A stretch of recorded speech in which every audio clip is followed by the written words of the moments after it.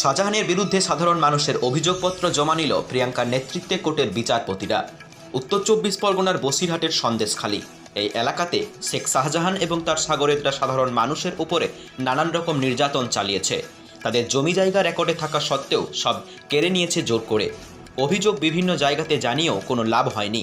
যদিও শাহজাহান এখন সিবিআই হেফাজতে রয়েছে, তবুও তার অনুগামীরা বাইরে ঘুরে বেড়াচ্ছে, ভয়ে মুখ খুলতে পারছে না অনেকেই।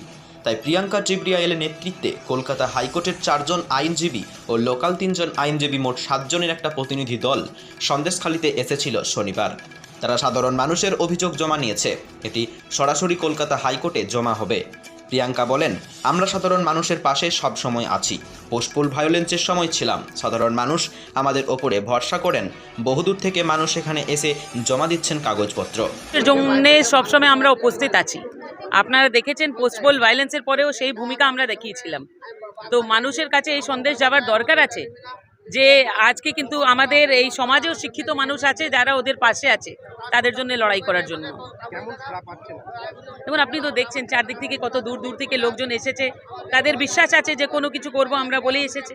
একটা ক্যারেক্টার আমরা দেখলাম টিভি9 বাংলায় এক্সক্লুসিভলি, সেখানে দেখা যাচ্ছে যে একটা মহিলা 7 বছর তার স্বামীকে খুঁজে পায় না, ডেকে নিয়ে গিয়ে তাকে বাঁচিয়ে রেখেছে শাহজাহান তার কোম্পানির বিরুদ্ধে অভিযোগ। কি বলবেন এই ঘটনাটা নিয়ে? দেখুন, এখানে যে ধরনের অত্যাচার হয়েছে, যা কিছু সম্ভব, গান পয়েন্টে মানুষের থেকে তাদের জমি নিয়ে নিচ্ছে, যে জমি ওদের নামে আছে, বিএলআরও ডকুমেন্ট আছে, সেটা নিয়ে নিচ্ছে। ঠিক আছে, তো এখানে সবকিছু সম্ভব।